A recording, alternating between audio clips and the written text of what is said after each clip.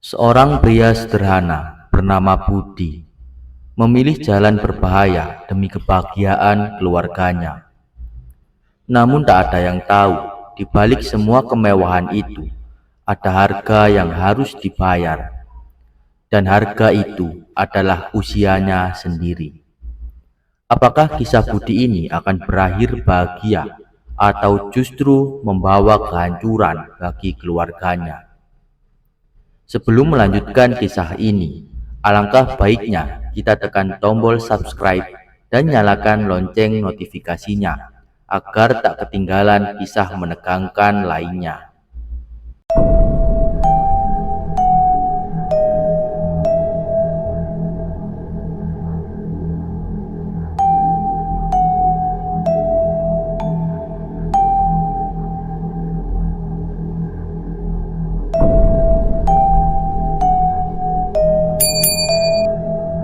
Di sebuah kampung kecil di Jawa, hiduplah seorang pria bernama Budi. Budi adalah seorang kepala keluarga yang sederhana, bekerja sebagai petani di sawah yang tak seberapa luas. Istrinya, Lestari, adalah ibu rumah tangga yang mengurus anak-anak mereka, Bayu dan Nisa. Meskipun hidup mereka tidak berlimpah harta, Budi selalu berusaha untuk memenuhi kebutuhan keluarganya. Namun, keadaan semakin sulit belakangan ini. Harga kebutuhan pokok melonjak, biaya sekolah anak-anak semakin tinggi, dan penghasilan Budi dari sawahnya semakin menurun akibat musim panen yang buruk. Budi merasa tertekan karena tak mampu memberikan kehidupan yang lebih baik untuk keluarganya. Suatu malam, saat Budi sedang termenung memikirkan nasibnya di teras rumahnya yang reyot, datanglah seorang teman lamanya, Joko. Joko dikenal sebagai seseorang yang tiba-tiba menjadi kaya raya, setelah sebelumnya hidup sengsara seperti Budi. Ada desas-desus di kampung bahwa Joko mendapatkan kekayaannya melalui jalan yang tidak lazim. "Ada apa, Bud? Kelihatan pusing amat?" tanya Joko sambil duduk di sebelah Budi. "Ah, hidup makin susah, Joko. Anak-anak butuh sekolah, istri butuh makan, dan aku nggak tahu lagi gimana cara mencukupi semuanya," jawab Budi dengan nada lesu. Joko tersenyum tipis. "Kau ingat aku dulu juga sama kayak kamu, bahkan mungkin lebih parah. Tapi sekarang, lihat aku, hidup enak, duit ngalir terus." Budi mengangguk. Dia tahu benar bagaimana hidup Joko dulu. Namun, dia juga tahu ada sesuatu yang tidak beres dengan kekayaan mendadak Joko. "Aku dengar-dengar, kau dapat kekayaan ini dari pesugihan, ya?" tanya Budi hati-hati. Joko tertawa kecil. Orang kampung ini memang suka ngomongin hal-hal yang enggak mereka pahami. Tapi, ya, aku enggak akan bohong sama kamu, Bud. Memang, aku dapat ini semua dari pesugihan, dan aku enggak menyesal. Mendengar pengakuan itu, Budi terdiam. Ada rasa takut yang menyelinap, namun di sisi lain, dia juga tergoda. "Pesugihan apa yang kamu ambil?" tanya Budi akhirnya. "Pesugihan jual umur," jawab Joko tanpa ragu. "Aku mengorbankan sebagian umurku untuk kekayaan ini. Tapi sejujurnya, apa gunanya umur panjang kalau hidupmu menderita?" Budi terdiam lebih lama kali ini. Ia memikirkan keluarganya, terutama anak-anaknya. "Berapa banyak umur yang harus kau jual?" tanya Budi. Joko menatap Budi dengan mata serius. "Itu tergantung dari permintaanmu, Bud. Semakin banyak kau ingin, semakin pendek umurmu. Tapi percayalah, dengan kekayaan yang kau dapat, keluargamu akan hidup bahagia, dan itulah yang terpenting, bukan?" Budi semakin bimbang. Ia tahu bahwa menjual umur adalah hal yang berbahaya, tapi pikirannya terus dipenuhi oleh bayangan anak-anaknya yang bisa hidup lebih baik. "Bagaimana caranya, Jok? Bagaimana aku bisa melakukannya?" tanyanya dengan suara lirih. Joko tersenyum puas. "Aku bisa memperkenalkanmu kepada orang yang membantuku dulu. Kau hanya perlu menyiapkan dirimu, Bud. Ini bukan keputusan yang mudah, tapi kalau kau yakin, semuanya akan berubah." Beberapa hari kemudian, Budi mengikuti Joko ke sebuah tempat yang jauh dari kampung mereka. Di tengah hutan, ada sebuah rumah tua yang tampak sepi dan menyeramkan. Joko mengetuk pintu dengan pola tertentu, dan seorang pria tua dengan wajah keriput membukakan pintu. Pria itu hanya dikenal sebagai Mbah Surya, seorang dukun yang dikenal bisa menghubungkan manusia dengan makhluk gaib untuk melakukan perjanjian pesugihan. Ini Budi, Mbah. Dia ingin seperti aku, ingin hidup lebih baik untuk keluarganya, kata Joko memperkenalkan Budi. Mbah Surya mengangguk pelan, lalu mempersilahkan mereka masuk. Suasana di dalam rumah itu begitu dingin dan pengap, seakan-akan waktu berhenti di tempat itu. Di tengah ruangan, terdapat meja kayu besar dengan berbagai benda aneh yang tak Budi kenal. Kau yakin ingin melakukannya, Nak? Tanya Mbah Surya dengan suara serak. Pesugihan jual umur bukanlah hal main-main. Kau bisa mendapatkan kekayaan yang luar biasa, tapi kau juga akan kehilangan sebagian umurmu. Apakah keluargamu akan benar-benar bahagia kalau kau tidak bisa mendampingi mereka di masa tua nanti? Pertanyaan itu menghantam hati Budi. Namun bayangan kehidupan keluarganya yang lebih baik terlalu kuat untuk diabaikan. Aku yakin, Mbah. Aku ingin keluargaku bahagia, meskipun harus mengorbankan umurku. Mbah Surya mengangguk pelan. Baiklah, kalau begitu, kita mulai ritualnya malam ini juga. Ritual itu berlangsung di tengah malam, di bawah bulan purnama. Budi diminta duduk di tengah lingkaran yang dibuat dari tanah liat, dan di sekelilingnya terdapat lilin-lilin hitam yang menyala. Mbah Surya mulai merapal mantra dalam bahasa Jawa kuno, memanggil makhluk gaib yang akan menjadi perantara perjanjian ini. Tak lama kemudian, suasana di sekitarnya berubah. Angin dingin berhembus kencang, dan tiba-tiba muncul sosok bayangan hitam besar di hadapan Budi. Bayangan itu tidak berbentuk jelas, hanya mata merah menyala yang menatap langsung ke arah Budi. Berapa umur yang ingin kau jual, Budi? Tanya suara itu dalam bahasa yang aneh.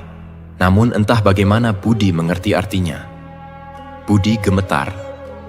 Aku ingin cukup umur untuk melihat anak-anakku bahagia. Aku ingin keluargaku hidup sejahtera. Bayangan itu tertawa kecil. Keinginanmu sederhana, tapi harganya mahal. Kau akan kehilangan 20 tahun dari umurmu, tapi kau akan mendapatkan kekayaan yang cukup untuk membuat keluargamu hidup dalam kemewahan. Apakah kau siap? Budi menelan ludah, jantungnya berdegup kencang. Ia tahu ini adalah keputusan besar, tapi ia sudah melangkah terlalu jauh untuk mundur. Aku siap. Seketika, bayangan hitam itu mendekat, dan Budi merasakan sesuatu yang dingin dan menakutkan menyentuh tubuhnya. Rasa sakit menjalar di seluruh tubuhnya, seakan-akan ada sesuatu yang diambil paksa dari dalam dirinya. Namun, dalam sekejap, semuanya berakhir. Bayangan itu menghilang, dan Budi terjatuh lemas di tanah. Kau telah menjual umurmu, Budi, kata Mbah Surya dengan suara dingin. Mulai sekarang, hidupmu akan berubah. Tapi ingat, kau telah mengikat perjanjian ini. Tidak ada jalan untuk kembali. Sejak hari itu, hidup Budi benar-benar berubah. Dalam waktu singkat, sawahnya yang dulu tandus berubah menjadi ladang subur yang menghasilkan panen melimpah. Ia mulai membeli tanah-tanah di sekitarnya, dan usahanya semakin berkembang. Uang mengalir deras dan keluarganya pun hidup dalam kemewahan. Istrinya, Lestari, tidak lagi perlu khawatir tentang biaya sekolah anak-anak mereka. Bayu dan Nisa bisa menikmati pendidikan terbaik, bahkan mereka bisa berlibur ke luar negeri, sesuatu yang dulu hanya bisa mereka impikan. Namun, meskipun hidup mereka tampak sempurna di luar, ada sesuatu yang berubah dalam diri Budi. Tubuhnya semakin lemah dari hari ke hari. Ia sering merasa lelah, dan rambutnya mulai memutih lebih cepat daripada orang seusianya. Dokter mengatakan bahwa Budi mengalami penuaan dini, namun tidak ada penjelasan medis yang bisa menjelaskan kenapa hal itu terjadi. Lestari mulai merasa khawatir. Kamu kenapa, Mas? Kok sering sakit-sakitan begini? Kamu harus lebih jaga kesehatan, jangan terlalu memaksakan kerja. Budi hanya tersenyum tipis. Ia tidak pernah menceritakan kepada Lestari tentang perjanjian yang ia buat. Ia tahu bahwa ini adalah harga yang harus ia bayar untuk kebahagiaan keluarganya. Namun, semakin lama, kondisinya semakin memburuk. Hingga pada suatu malam, ketika ia terbaring di tempat tidur, napasnya mulai tersengal-sengal. Lestari yang berada di sampingnya menangis melihat kondisi suaminya yang semakin memburuk. "Maafkan aku, Tari," bisik Budi dengan suara lemah. "Aku melakukan ini semua demi kamu, demi anak-anak. Aku sudah menjual umurku." Lestari terkejut mendengar pengakuan itu. Ia menangis semakin keras, menggenggam tangan suaminya yang semakin dingin. "Mas, kenapa kamu tidak cerita? Kenapa kamu mengambil jalan ini? Kami bisa hidup apa adanya, asal kita tetap bersama." Namun, semua sudah terlambat. Budi tersenyum lemah, menatap wajah istrinya dengan penuh penyesalan. "Aku hanya ingin kalian bahagia. Aku tidak tahan melihat kalian menderita," ucapnya dengan suara yang semakin pelan. Nafasnya tersengal-sengal, tubuhnya lemah, seakan-akan setiap detik yang berlalu, waktu hidupnya semakin terkikis. Lestari tak kuasa menahan tangis. "Mas, aku nggak butuh harta kalau kamu harus pergi lebih cepat. Aku hanya butuh kamu, Mas. Aku cuma mau kita hidup sederhana, tapi bersama-sama sampai tua." Budi menatap Lestari untuk terakhir kalinya. Matanya yang dulu penuh semangat kini terlihat kosong dan lelah. "Maafkan aku. Maafkan aku." Dan tepat di saat itu, napas terakhir Budi terhembus. Lestari menangis histeris, memeluk tubuh suaminya yang kini dingin tak bernyawa. Seluruh dunia seakan runtuh bagi Lestari. Dia tidak peduli lagi dengan rumah besar mereka, harta melimpah, atau apapun yang telah mereka dapatkan. Baginya, Budi adalah pusat dari kebahagiaan sejati mereka, dan sekarang dia telah pergi. Sedikit kami jelaskan tentang pesugihan jual umur. Pesugihan jual umur adalah salah satu bentuk ritual mistis yang dipercaya bisa memberikan kekayaan secara instan, tetapi dengan syarat pengorbanan yang sangat berat, yaitu dengan menjual sebagian umur. Dalam tradisi mistis ini, seseorang menukar sisa hidupnya demi memperoleh kekayaan melimpah dalam waktu yang cepat. Orang yang ingin melakukan pesugihan biasanya akan mencari seorang dukun atau paranormal yang memiliki kemampuan melakukan perjanjian dengan makhluk halus, seperti jin atau iblis. Dukun ini berperan sebagai perantara antara manusia dan dunia gaib. Setelah menemukan dukun, ritual dilakukan pada waktu dan tempat tertentu, yang biasanya terpencil dan dianggap angker. Dukun akan memanggil makhluk gaib yang memiliki kekuatan untuk memberikan kekayaan. Pada saat ritual, pemohon, orang yang ingin pesugihan, akan mengajukan permintaannya. Dalam hal ini, kekayaan dan makhluk gaib tersebut akan menentukan harga yang harus dibayar. Syarat utama dalam pesugihan jual umur adalah menukar sebagian umur si pemohon dengan kekayaan. Makhluk gaib tersebut akan mengambil sisa umur orang yang melakukan pesugihan, sehingga hidupnya menjadi lebih singkat. Misalnya, jika seseorang seharusnya hidup sampai usia 70 tahun, dengan pesugihan ini, dia mungkin hanya hidup sampai usia 40 atau 50 tahun saja. Umur yang dikorbankan ini tidak bisa diprediksi secara pasti, tetapi biasanya diberikan rentang waktu tertentu, seperti 5 atau 10 tahun, di mana selama rentang waktu tersebut, kekayaan akan mengalir dengan mudah. Setelah rentang waktu tersebut habis, si pemohon akan mengalami kematian mendadak, atau mulai merasakan gejala penyakit misterius yang tidak bisa disembuhkan. Kekayaan instan. Setelah perjanjian dilakukan, orang yang melakukan pesugihan akan segera mengalami lonjakan kekayaan yang tiba-tiba. Harta datang dari berbagai sumber, bisa berupa bisnis yang sukses, penemuan harta karun, atau bahkan keberuntungan luar biasa. Sebagai gantinya, umur orang tersebut menjadi singkat. Ketika waktunya habis, dia akan meninggal dengan cara yang tidak biasa, seperti sakit parah tanpa sebab yang jelas, kecelakaan misterius, atau kematian mendadak. Dalam beberapa versi kepercayaan, setelah kematian, arwah orang yang melakukan pesugihan tidak akan bisa tenang.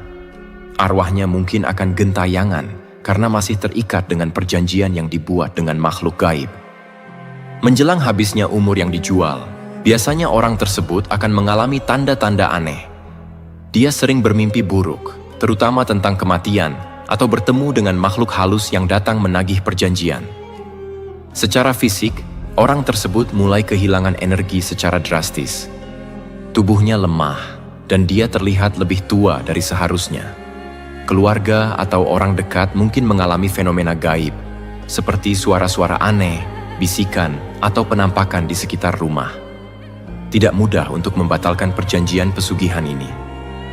Dalam beberapa kepercayaan, satu-satunya cara untuk membatalkannya adalah dengan melakukan ritual pemutusan, biasanya melalui bantuan dukun yang sangat kuat. Namun, membatalkan perjanjian ini seringkali memerlukan pengorbanan lain yang lebih besar, seperti mengembalikan seluruh kekayaan yang telah diperoleh, atau bahkan menyerahkan sesuatu yang lebih berharga, seperti cinta, kenangan, atau anggota keluarga. Pesugihan jenis ini penuh dengan risiko, dan konsekuensinya dianggap lebih berat daripada pesugihan lainnya karena melibatkan nyawa dan arwah yang tak bisa tenang. Kembali lagi ke kisah Budi. Selanjutnya, pemakaman Budi berlangsung dengan penuh duka. Seluruh warga kampung hadir untuk memberi penghormatan terakhir, namun hanya sedikit yang tahu apa yang sebenarnya terjadi. Banyak yang mengira Budi meninggal karena sakit yang tak tertahankan. Lestari tetap bungkam tentang perjanjian gelap yang dibuat suaminya. Hanya dia, Joko, dan Mbah Surya yang tahu apa yang sebenarnya terjadi. Setelah kepergian Budi, kehidupan Lestari dan anak-anaknya berubah drastis. Meskipun harta mereka masih melimpah, Lestari merasa bahwa tidak ada kebahagiaan yang tersisa. Setiap sudut rumah besar mereka terasa hampa tanpa kehadiran Budi. Anak-anak mereka, Bayu dan Nisa, juga merasakan kehilangan yang mendalam. Mereka kehilangan figur ayah yang selalu ada untuk mereka.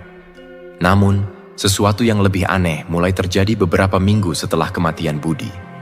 Pada awalnya, hanya berupa bisikan halus di malam hari yang terdengar di rumah. Bisikan itu selalu menyebutkan nama Budi. Lestari yang mendengarnya merasa merinding, tapi mencoba mengabaikannya, berpikir itu hanya imajinasinya semata. Tapi bisikan itu semakin sering muncul. Tak hanya itu, Bayu dan Nisa mulai bermimpi tentang ayah mereka. Dalam mimpi itu, Budi selalu terlihat lelah dengan wajah yang penuh kesedihan. Dia terus-menerus meminta maaf kepada mereka, seolah ada sesuatu yang belum selesai. Suatu malam, Lestari mendengar suara langkah kaki berat di lorong rumah, menuju kamar tidur mereka. Ketika dia bangun untuk memeriksa, tak ada siapa-siapa. Namun bau khas Budi, bau keringat dan tanah dari sawah tercium jelas. Hatinya berdegup kencang. Apakah Budi kembali? Keesokan paginya, Lestari memutuskan untuk menemui Joko. Dia ingin tahu apakah perjanjian yang dibuat Budi memiliki dampak lain yang belum diketahuinya. Joko, tolong jelaskan padaku, apa yang sebenarnya terjadi setelah Budi menjual umurnya? Apakah ada sesuatu yang bisa aku lakukan untuk menghentikan ini? Tanyanya dengan wajah penuh kekhawatiran. Joko menatap Lestari dengan raut wajah serius. Aku sudah bilang sejak awal, pesugihan jual umur itu tidak main-main, Lestari. Begitu dia mengambil perjanjian itu, arwahnya tidak akan tenang. Dia masih terikat dengan dunia ini, terutama dengan kalian. Kekayaan yang dia dapatkan tidak datang secara cuma-cuma. Sekarang dia mungkin masih berusaha menjaga kalian. Lestari merasa ketakutan mendengar penjelasan itu. Jadi, apa yang harus aku lakukan? Aku tidak mau anak-anakku terus dihantui seperti ini. Aku juga tidak tahan mendengar bisikan-bisikan aneh setiap malam. Joko terdiam sejenak, lalu menarik napas panjang. Satu-satunya cara adalah memutuskan ikatan pesugihan itu. Tapi, untuk melakukannya, kau harus menemui Mbah Surya lagi. Hanya dia yang bisa membantu. Lestari, meskipun ragu, akhirnya setuju untuk menemui Mbah Surya. Dia tidak peduli lagi dengan kekayaan yang mereka miliki. Jika harus kehilangan semuanya demi ketenangan arwah suaminya, dia siap melakukannya. Di tengah malam yang dingin, Lestari kembali ke rumah Mbah Surya, kali ini tanpa Joko. Dia tidak ingin lagi bergantung pada orang lain. Di hadapan rumah tua itu, Lestari merasa ada aura yang menakutkan, tapi dia tahu ini adalah satu-satunya cara. Mbah, aku ingin memutuskan perjanjian yang suamiku buat. Aku ingin arwahnya tenang, dan aku rela kehilangan semua kekayaan ini. Ucap Lestari tegas begitu Mbah Surya muncul di pintu.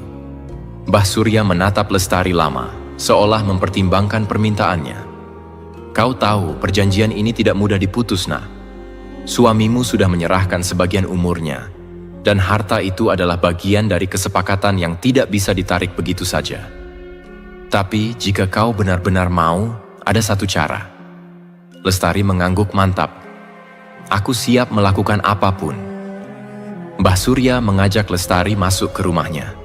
Di dalam, suasananya sama seperti dulu, penuh dengan benda-benda aneh yang membuat bulu kuduk Lestari merinding. Untuk memutuskan perjanjian ini, kau harus mengembalikan seluruh kekayaan yang kau terima dari pesugihan ini. Tidak hanya itu, kau juga harus menyerahkan sesuatu yang sangat berharga bagi suamimu. Lestari tertegun. Sesuatu yang berharga? Apa itu? Cintamu, jawab Mbah Surya singkat. Cinta yang dia miliki untukmu dan anak-anak. Hanya dengan melepaskan cinta itu, arwahnya bisa bebas dan pergi dengan tenang. Kau harus siap kehilangan semua kenangan tentang dia, semua perasaan cinta yang pernah ada. Lestari tersentak. Kehilangan kekayaan bukanlah hal yang sulit baginya, tapi kehilangan cinta Budi. Semua kenangan manis, semua pengorbanan yang mereka lakukan bersama, itu adalah bagian dari dirinya yang paling dalam. Tapi jika itu harga yang harus dibayar demi ketenangan suaminya, Lestari tahu apa yang harus dia lakukan. Aku akan melakukannya, jawab Lestari dengan suara bergetar. Demi Budi dan demi anak-anakku.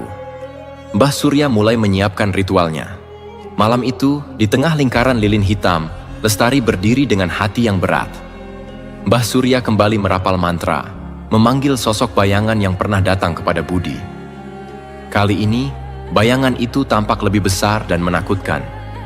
Apakah kau siap menyerahkan cinta yang telah mengikat kalian? Tanya bayangan itu dengan suara yang dalam dan menggelegar. Lestari menatap bayangan itu dengan tegas.